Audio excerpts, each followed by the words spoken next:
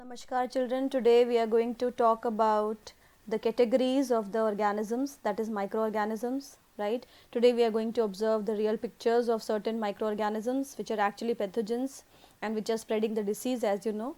Let's see in the next slide.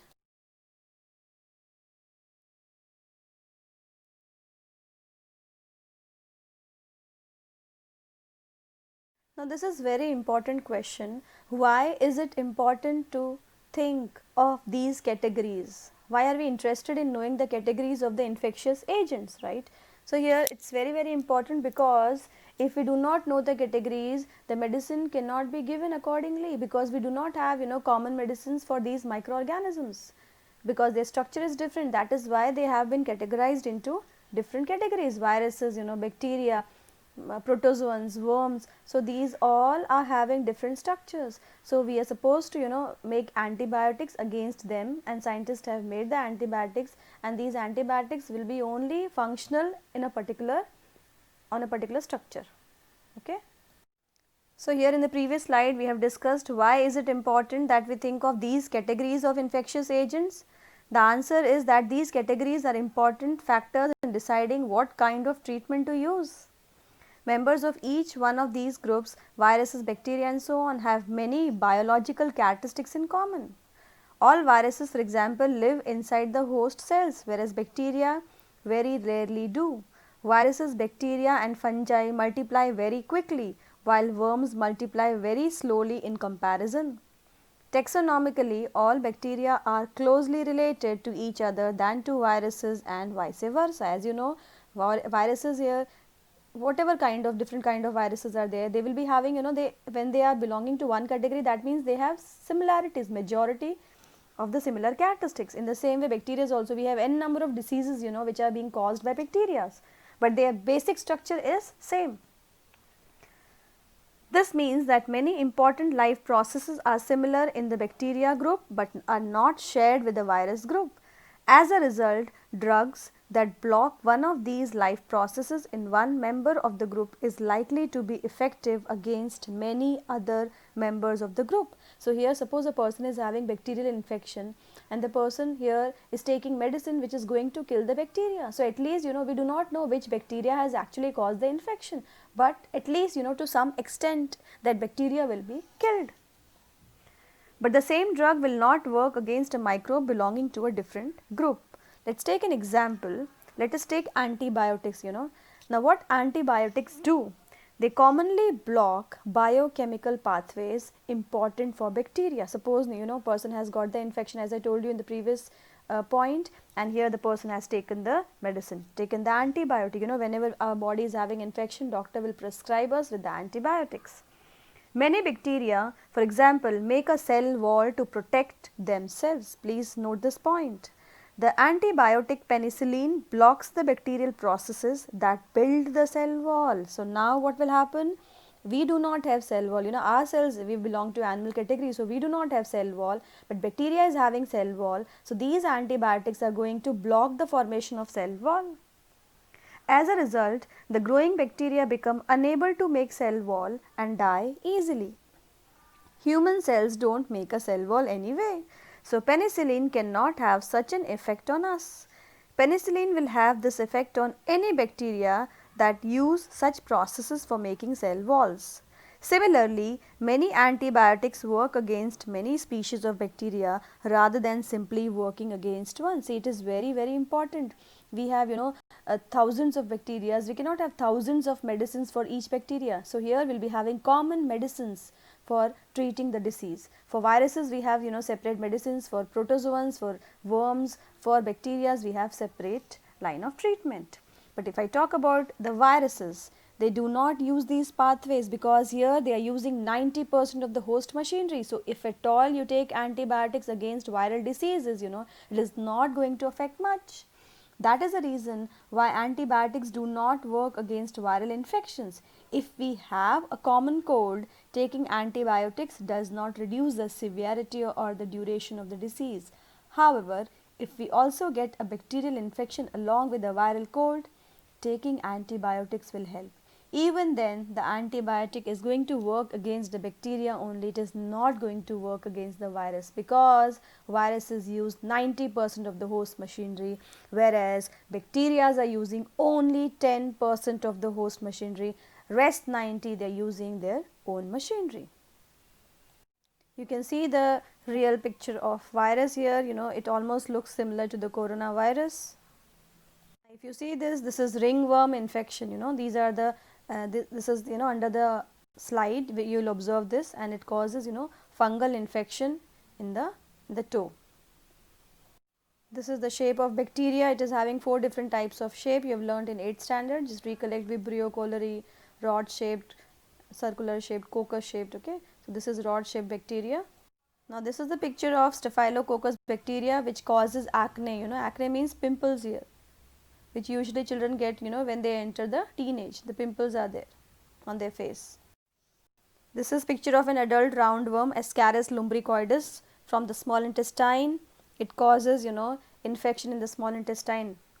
Ascaris lumbricoides. Ascariasis. The name of the disease is Ascariasis. How do infectious diseases spread? Many microbial agents can commonly move from an affected person to someone else in a variety of ways. In other words, they can be communicated and so are also called communicable diseases. Such disease causing microbes can spread through the air.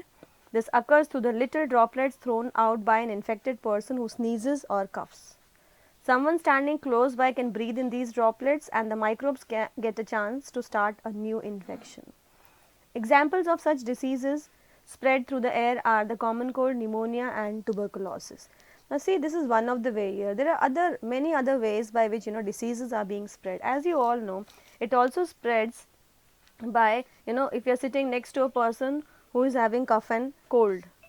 Okay. Now it also spreads through water if we are consuming contaminated water, or if we are having physical contact, then also there are n number of diseases which can spread from one person to another person. Along with the same time, there are other vectors also which carry the disease from an infected person to the healthy person. That we will see in the next slide. As I discussed in the previous slide, through air there are n number of diseases which are being spread. Now you know very well about coronavirus also, right? So the examples are common cold, tuberculosis, pneumonia, etc. Okay. So here there are n number of diseases which are being spread through contaminated water. Now the question arises here that how water gets contaminated. Now there are so many villagers they do not have a clean drinking water supply. So what they do here, they take drinking water from the river, and here they are bathing their animals, they are washing their clothes, they himself herself, they are also washing their hairs in the water with lot of chemicals, that is shampoo and all, right, and then they allow the animals to bathe. So here these all daily activities which are being carried out near a water body is going to pollute it, right, it is going to contaminate it, right.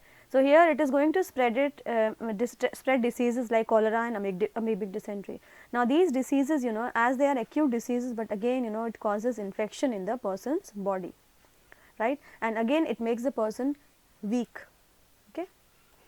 Okay, now there is a list of diseases which are being spread through the vectors. If I talk about mosquitoes, they spread malaria, dengue, yellow fever, etc.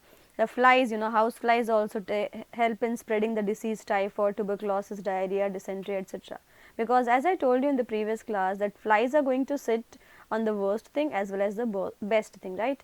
Worst thing here means it sits on the feces, excreta or stool of the animal. At the same time, it sits on the best thing. So here it is going to transfer the diseases. That is why we always have to cover our food, and we should never ever eat uncovered food items.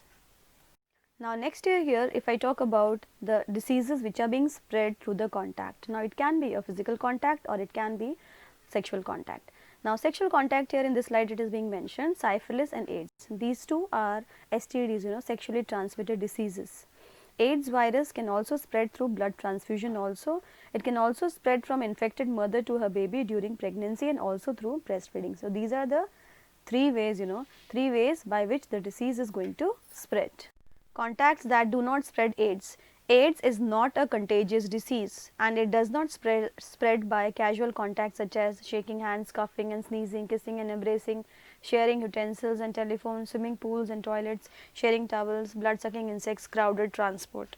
Now, here it is going to spread through 3 ways only. What are the 3 ways? The first way here is through the sexual contact, having multiple partners. Second is through the infected, mother is having the infection, it gets transferred to the baby either during the pregnancy or through the breastfeeding. Third here is through the through using infected syringes which are being used on the AIDS patient, and the same needle if it is being used on a healthy person, then the chances of getting the infection is maximum. Okay.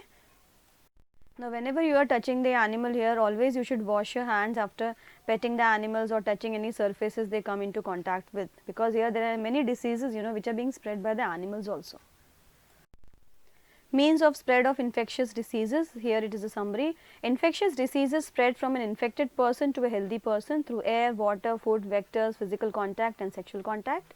Through air, common cold, tuberculosis, pneumonia. Through water, cholera, amoebic dysentery, etc. Through vectors, we have red, diarrhea, yellow fever, typhoid, etc. Through sexual contact, syphilis, AIDS, right. So, we have discussed here these things. Now, I will read one thing for you here. We live in an environment that is full of many other creatures apart from us. It is inevitable that many diseases will be transmitted by other animals. These animals carry the infecting agent from a sick person to another potential host. These animals are thus the intermediaries and are called vectors. The commonest vectors we all know are mosquitoes. In many species of mosquitoes, the females need highly nutritious food in the form of blood in order to be able to lay mature eggs. That is why here females, they will be sucking the human blood, right, whereas a male mosquito is going to feed on the fruit juice, right, frugivorous, they are frugivorous. Now, why do they need? They need it because they have to lay mature eggs. Mosquitoes feed on many warm blooded animals. We have warm blooded animals including us.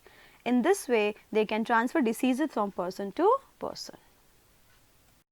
So, what did we study today? We studied about the infectious agents which are going to cause the disease, that we did in the previous class also, and the various means of spreading the disease. In the next class here, we will discuss about organ specific and tissue specific manifestations.